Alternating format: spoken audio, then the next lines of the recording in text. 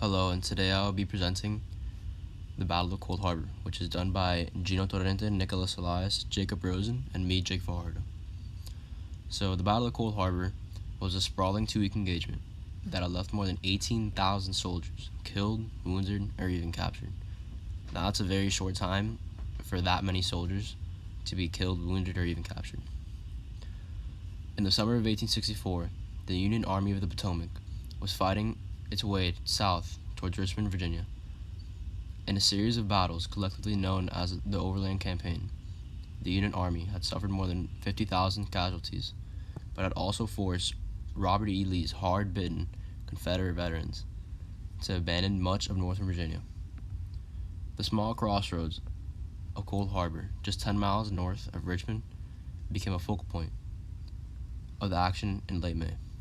From about May 31st to June 3rd, Ulysses S. Grant ordered repeated attacks against entrenched Confederate positions, accumulating an enormously bloody repulse on June 3rd.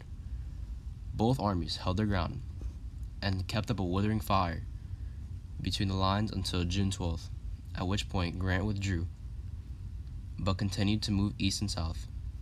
The Army of the Potomac crossed the James River and by June 16th was in a position to directly threaten the manufacturing and rail center of Petersburg, the back door to Richmond, Virginia itself.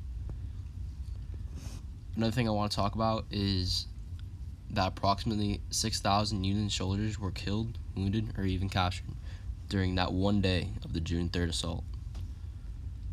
When the orders for a full-scale assault began to filter through the Army on June 2nd, many Union officers were gravely concerned. Neither Grant nor George Meade, which is his second in command, had personally observed the heavily fortified Confederate line.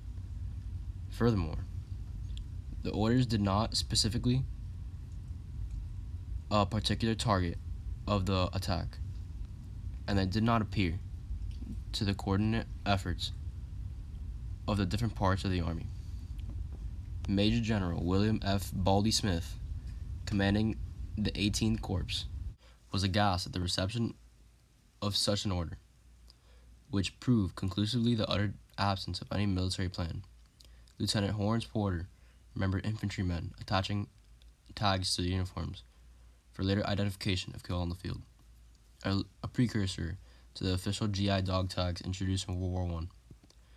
When the attack went forward at 4:30 a.m. on June 3rd, the soldiers went down like blocks under a crushing Confederate fire. The scene was chaotic and terrifying. Successive lines mixing into pushing, shoving crowds as tens of thousands of men tried to stay alive in the open fields in front of the seething southern breastworks. Grant suspended the offense at noon and would later claim to have always regretted that the assault was never made. The Confederates suffered about 1,500 casualties, losing one man for every 4 fallen Federals. A fun fact is that wounded Federal soldiers were left on the battlefield for about 4 days, so they weren't touched at all after the June 3rd assault for another 4 days until June 7th. Another thing I want to talk about is that the Battle of Cold Harbor was Robert E. Lee's last large-scale victory. Robert, referred to as the King of Spades early in the war, static defense and entrenchment.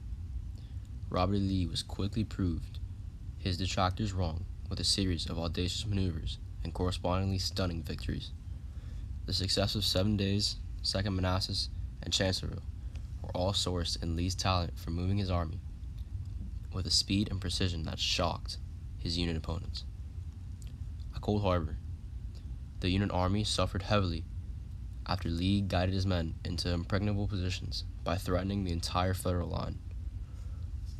By late June, however, less than 2 weeks after the end of the battle, Lee had forced to submit a siege around Richmond and Petersburg. He held the cities for another 9 months and only bitterly contested each Union offense, but also won some battles at places like Reams Station with only portions of his army Most of his army was frozen in place, however, and was absolutely required to man the trenches, or else Petersburg and Richmond would be lost to the Federals.